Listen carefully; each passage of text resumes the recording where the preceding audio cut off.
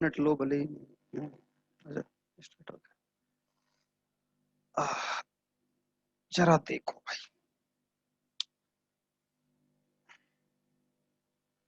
अच्छा मुझे कई सारी चीजों से थोड़ा सा काम है। अब वो चीजें क्या है देखो।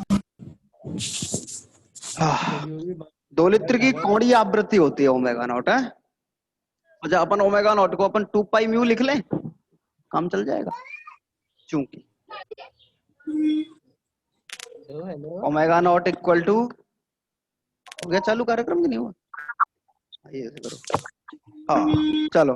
अच्छा देखो सुनो, ये क्या है, 2 लित्र की कोणीय आवृत्ति होती है। 2 लित्र की क्या होती है, कोणीय आवृत्ति, एंगुलर फ्रीक्वेंसी। इसको अपन 2 पाई न्यू लिख सकते हैं। इसका मतलब ये हो गया 1/2 पाई, या अपन ऐसे कहें ओमेगा नॉट अपॉन 2 पाई। ओमेगा नॉट का वैल्यू क्या है, के बाई एम, तो ये वैल्यू बन गया 1/2 पाई अंडर द रूट के बाई एम। मैं जरा ये टर्म लेना चाहता हूँ, ये ऐसे ही तो लिख रही है के बाई एम 2 पाई, इसलिए ए इक्वल टू ओवर न्यू लिख सकते हैं। ये ए का वैल्यू हो गया ई अपॉन न्यू। अब जरा दूसरी बात देखो, नॉर्मली अपन ने जब कला कोष्ठकों की संख्या निकालने की बात कही थी तो अपन ने कहा था कि सब पूरा आयतन लेके आओ, एक कला कोष्ठका के आयतन का भाग दे दो। अब एक विमीय स्थिति में आयतन तो होता नहीं है, इसलिए उसका क्षेत्रफल ले लेते हैं अपन। उसका क्या मान लेते हैं अपन, भाई अगर पिंड रखा है तो वो द्विविमीय स्थिति में रखा है। भाई अगर अपन ने द्रव्यमान वाला पिंड रखा तो किसी क्योंकि उसके पास 2 ही स्थितियां हैं, एक एक्स है और एक पी एक्स है। 2 ही तो स्थितियां हैं, 3 तो है नहीं। अगर 3 होती तो अपन द्रव्यमान भी ढूंढ लाते, वो क्या कहते हैं आयतन ले आते उसका। तो अपन क्या करते हैं, अगर अपन को कला कोष्ठकों की संख्या चाहिएगी, अतः एक विमीय 2 लित्र के लिए हेलो ऊर्जा अवस्था ई में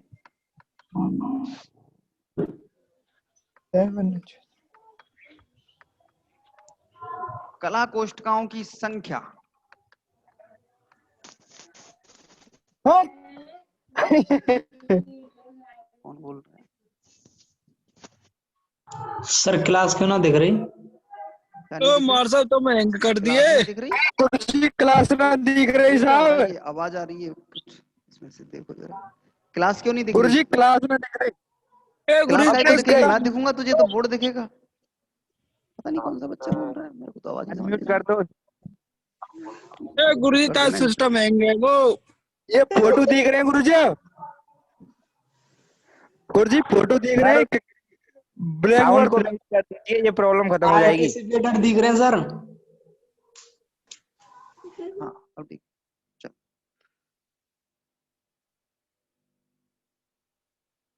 हाँ अच्छा, तो अपन क्या करें, एक विमीय 2 लित्र के लिए ऊर्जा अवस्था ई में कला कोष्ठकों की संख्या क्या होगी।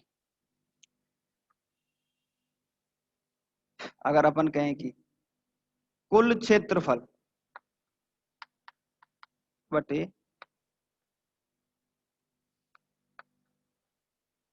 एक कला कोष्ठका का क्षेत्रफल, काम चलेगा।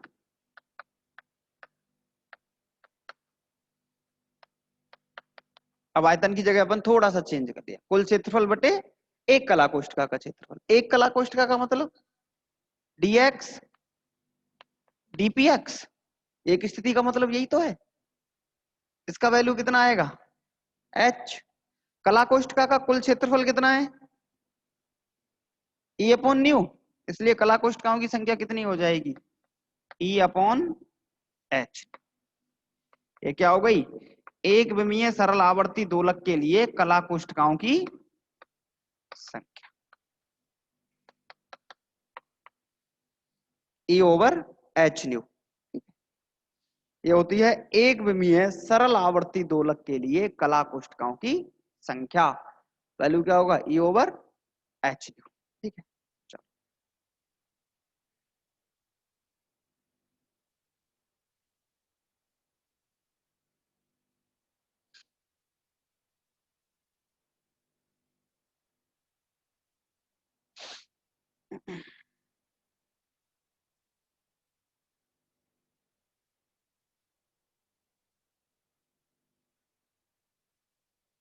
आगे बात करें सर जी? चलो अब अपन बात करेंगे किसी पार्टिकल की जो 3D में है। ये तो एक विमीय था। अब जो पार्टिकल 3D में मूव करेगा उसके लिए कला कोष्ठकाओं की संख्या क्या होगी? ध्यान यही रखना है वहां की वो एक विमीय पूछता है या त्रिविमीय। और अगर त्रिविमीय है तो आयतन मिल जाएगा उसके लिए, तो हमें फायदे का सौदा रहेगा। ठीक है, दोबारा बताना है। अरे भाई देखो, अपन बात करते हैं जब कला कोष्ठकाओं की संख्या निकालते हैं तो उसका मीनिंग होता है सीधा सा कि भाई अपन ऐसे बोल दूं, कला आकाश का आयतन, आकाश का मतलब पूरे स्पेस का, कला आकाश का आयतन बटे एक कोष्ठका का आयतन।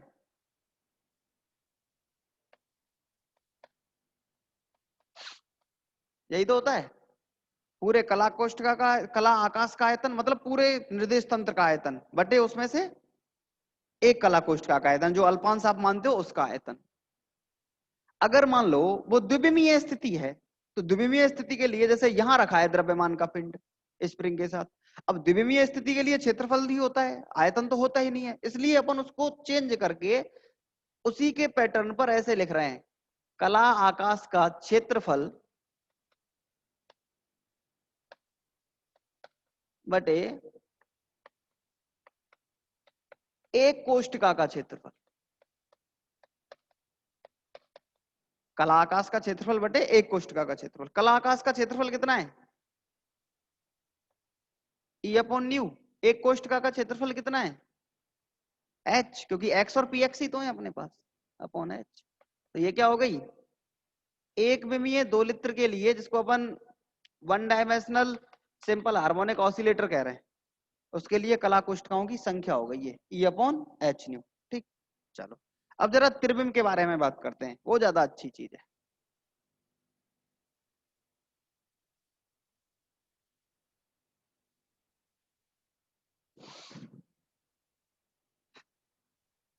त्रिविम अणु के लिए मतलब अगर अपन मान लें कि पार्टिकल कहां मूव करे, किसी त्रिविम आकाश में मूव करे, ठीक है। चलो यदि अणु 0 से ई ऊर्जा परास में, उसके पास कुछ ना कुछ तो क्या होगी, ऊर्जा तो होगी। त्रिविम आकाश में, अच्छा देखो त्रिविम आकाश का मतलब क्या है जरा समझे। स्थिति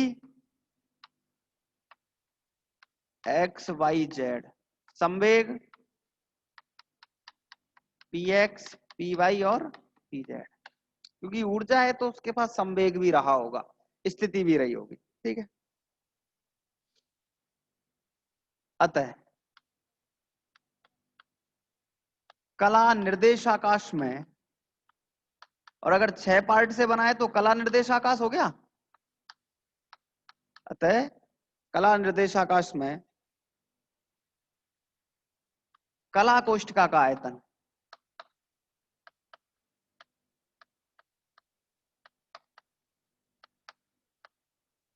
और उसको अपन लिख देते हैं डी टाउ, फिर डिनोट कर देते हैं। क्या होगा? D X D Y D Z,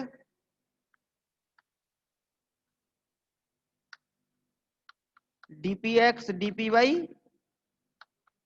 कितना हो जाएगा? एच क्यू हो जाएगा, ठीक है। चलो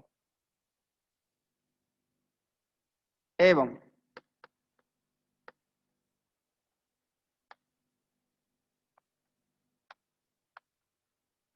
कला निर्देश आकाश का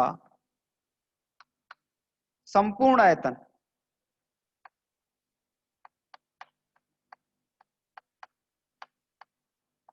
मतलब इसका इंटीग्रेशन कर लो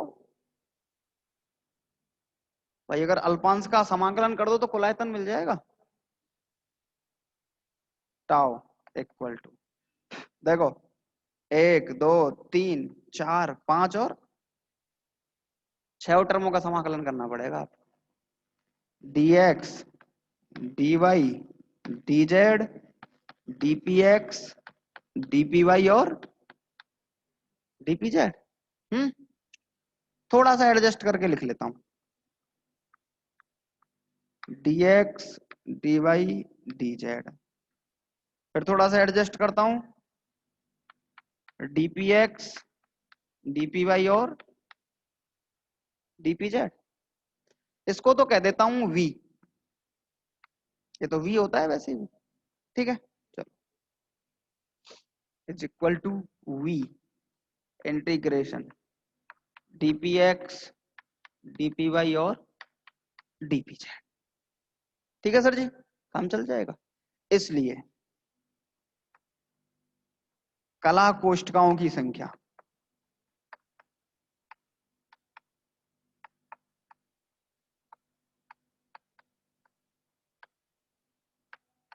कितनी होगी, इट्स इक्वल टू संपूर्ण आयतन बटे एक कला कोष्ठक का आयतन, ऐसे ही तो होता है। चलो, v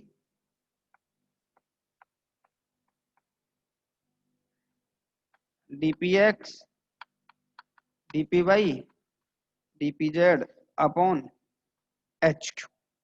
देखो जरा एक बार की इसको,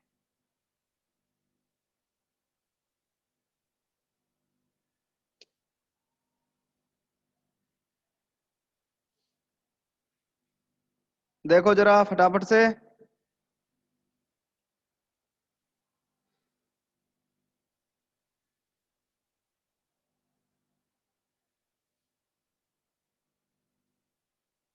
हो गया।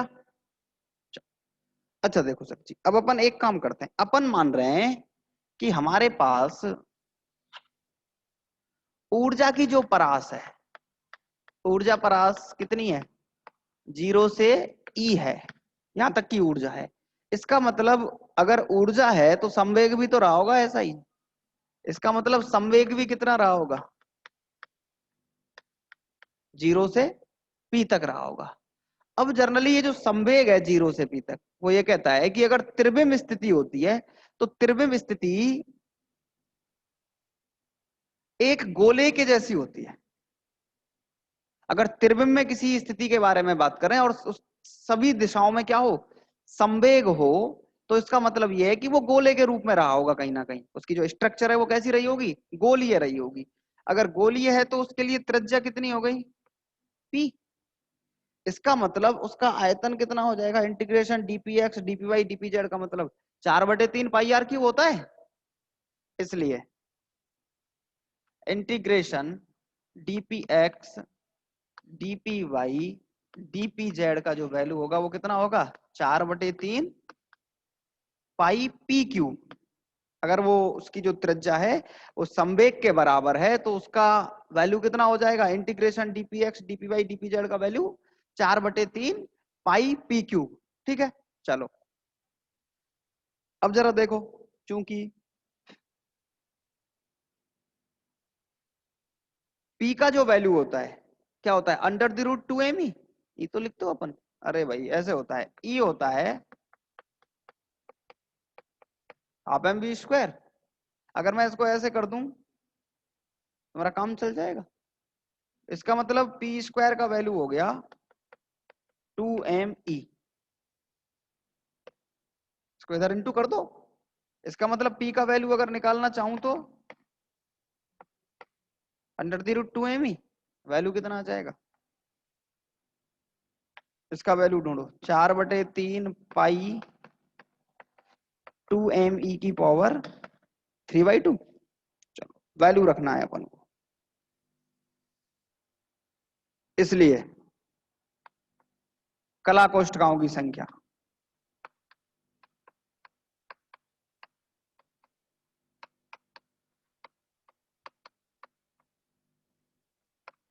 इक्वल टू v इंटू, देखो 4/3 पाई और है ना इसके साथ, पाई 2me की पावर 3/2 अपॉन hq। और ये होती है किसी त्रिविम में गति करने वाला जो कण है उसके लिए कला कोष्ठकों की संख्या। देखो जरा एक बार की,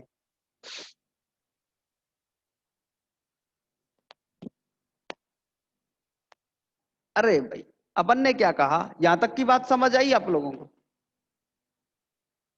फिर अपन ने बोला कि अगर मान लो उसके ऊर्जा की परास 0 से लेके ई तक है, ये बोलना चाह रहे हैं अपन। जरा इधर देखो, लो अब दिख रहा है? हाँ, अगर ऊर्जा की परास 0 से ई है तो संवेग की परास भी क्या रही होगी, 0 से पी।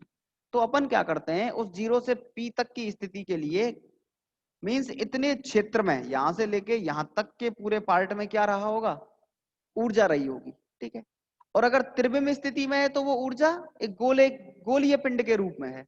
तो अपन उस गोले का आयतन निकाल लिया। ये टर्म किसकी है, आयतन की ही तो है। जैसे dx dy dz करते हो, ऐसे ही dpx dpy dpz का इंटीग्रेशन करोगे तो आयतन नहीं मिलेगा। आयतन कितना होता है, 4/3 पाई पी क्यू। ई होता है हाफ एम बी स्क्वायर, मैंने ऊपर और नीचे एम का इंटू कर दिया, बस कोई दिक्कत नहीं है। तो पी का वैल्यू मिल गया मुझे √2m ई। अपन ने क्या किया, उस पी क्यू की जगह वैल्यू रख दिया है, और जब पी क्यू की जगह वैल्यू रख दोगे तो अपन इसकी जो टर्म आई है, बस dpx dpy dpz का वैल्यू कितना है, 4/3 पाई 2m की पावर 3/2। बस हमने क्या है उसको यहाँ लिख दिया है। थोड़ा सा डिजाइनिंग में बनाते हो तो उसको ऐसे लिख देता है वो, 4 पाई v अपॉन 3h³ और 2m की पावर 3/2। ये क्या हो गई, त्रिविम में गति करने वाले किसी कण के लिए ऊर्जा परास 0 से e के मध्य कला कोष्ठकाओं की संख्या। बताओ बात समझ आई या नहीं आई? ये उसकी क्या हो गई, कला कोष्ठकाओं की। उसके लिए कितना था, एक विमीय सरल आवर्ती दोलक के लिए E/h²। इसके लिए कितनी है, ये रही। ठीक है, देखो जरा एक बार की।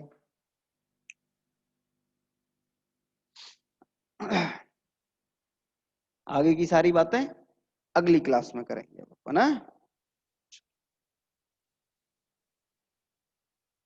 आज के लिए इतना ही।